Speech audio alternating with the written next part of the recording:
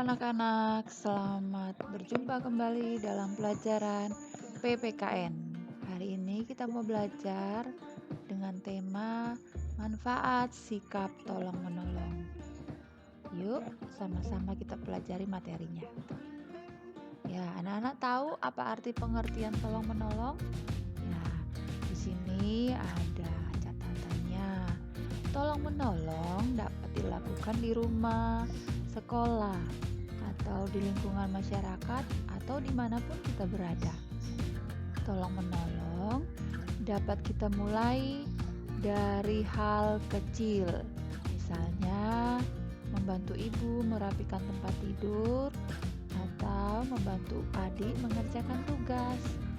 Nah, saat di sekolah, kita dapat membantu menolong teman yang terjatuh atau membantu guru membersihkan papan tulis.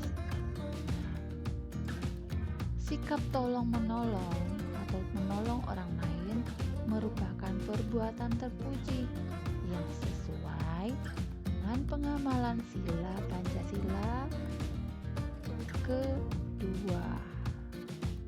Nah, anak-anak, saat menolong teman, kita tidak boleh membeda-bedakan teman, baik dari suku, agama, ataupun ras, agar kerukunan tetap terjaga. Apa manfaat sikap tolong-menolong yang sering kita lakukan? Ya, manfaatnya antara lain, 1. Meringankan beban orang yang sedang kesusahan. Manfaat yang kedua, meringankan pekerjaan orang lain. Yang ketiga, manfaatnya mempererat hubungan antara sesama. Dan manfaat yang terakhir yaitu menumbuhkan rasa persaudaraan dan kemanusiaan kepada sesama kita, baik teman, saudara, atau orang-orang di sekitar kita. Nah, anak-anak, di sini ada gambar. Manfaat saling tolong-menolong akan menumbuhkan rasa peduli dengan sesama. Nah, jika ada teman kita yang jatuh, kita menolongnya. Berarti kita peduli dengan teman kita. Gotong royong wujud dari kegiatan tolong-menolong di masyarakat. Nah, apa arti gotong royong? Ya, gotong royong adalah kegiatan yang dilakukan bersama-sama untuk mencapai tujuan bersama. Apa saja sih contoh gotong royong? Ya, kita lihat contohnya di sini ada. Contohnya saat warga memperbaiki jembatan yang rusak, atau kita bisa membantu korban bencana alam yang sedang ketimpa bencana alam. Nah, banyak juga contoh-contoh gotong royong yang lain, misalnya saat ada kerja bakti di lingkungan masyarakat, kita bisa ikut serta, ikut ambil bagian. Nah, di sini anak-anak ada contoh gotong royong yang kita lakukan di rumah di sekolah. Kalau tadi di masyarakat, sekarang gotong royong yang dilakukan di rumah itu adalah membantu ibu membersihkan rumah. Dan contoh yang kedua yaitu membantu ibu saat ibu memasak, misalnya mungkin mencuci piring. Contoh gotong royong di sekolah, membersihkan ruang kelas. Yang kedua, membersihkan halaman sekolah. Nah, di sini ada gambar. Saat ibu memasak, kita bisa membantu ibu mencuci piring. Saat di sekolah ada kegiatan kerja bakti, kita bisa ikut ambil bagian, membantu membersihkan halaman sekolah bersama teman-teman.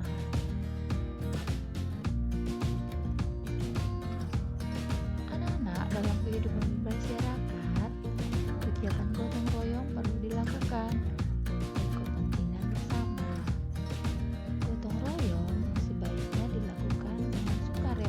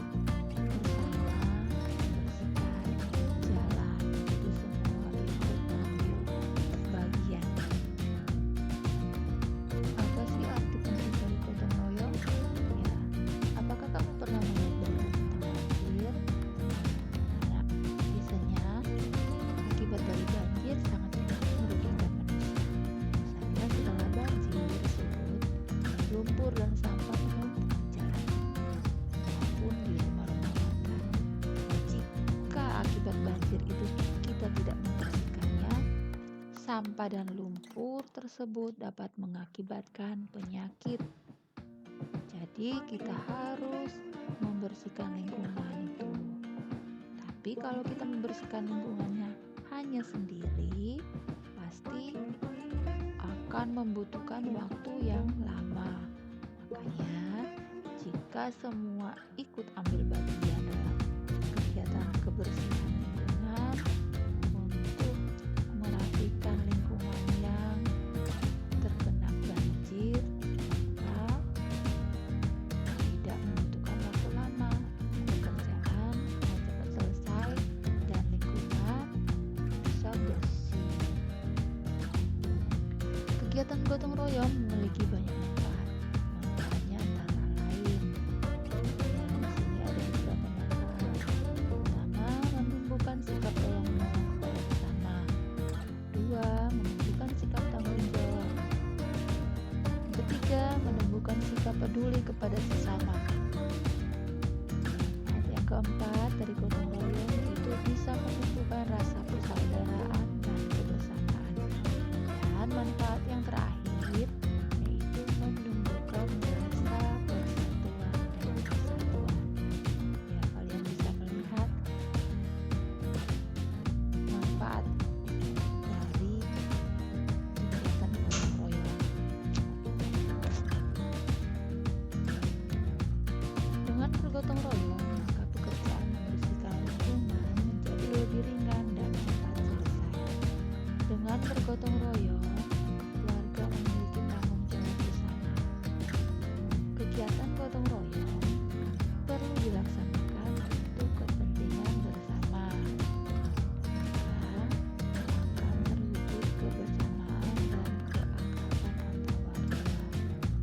Kalian bisa lihat di gambar sini berbagai macam orang yang berbeda agama, suku, bercampur baur mengikuti kegiatan gotong royong.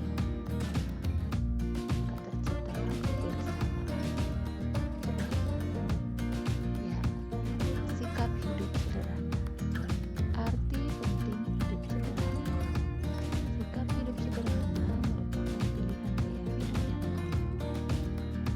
Hidup sederhana artinya hidup sesuai kebutuhan dan tidak berlebih-lebihan. Gaya hidup sederhana adalah cerminan sikap rendah hati, tidak sombong dan peduli kepada sesama. Di sini ada contoh sikap sederhana. Pertama, contohnya bersikap sederhana dalam berpakaian, makanan dan minuman, tidak menggunakan barang-barang mahal, yang penting bersih dan pantas. Yang contoh yang kedua yaitu suka menabung. Nah, itu adalah contoh dari sikap sederhana. Jadi kita bisa berpakaian sepantasnya, tidak perlu harus berpakaian-pakaian mewah. Tapi yang penting terlihat bersih dan pantas. Makanan juga dan minuman kita tidak perlu makan makanan mewah, tapi sepantasnya saja. Ya, anak-anak sebagai warga masyarakat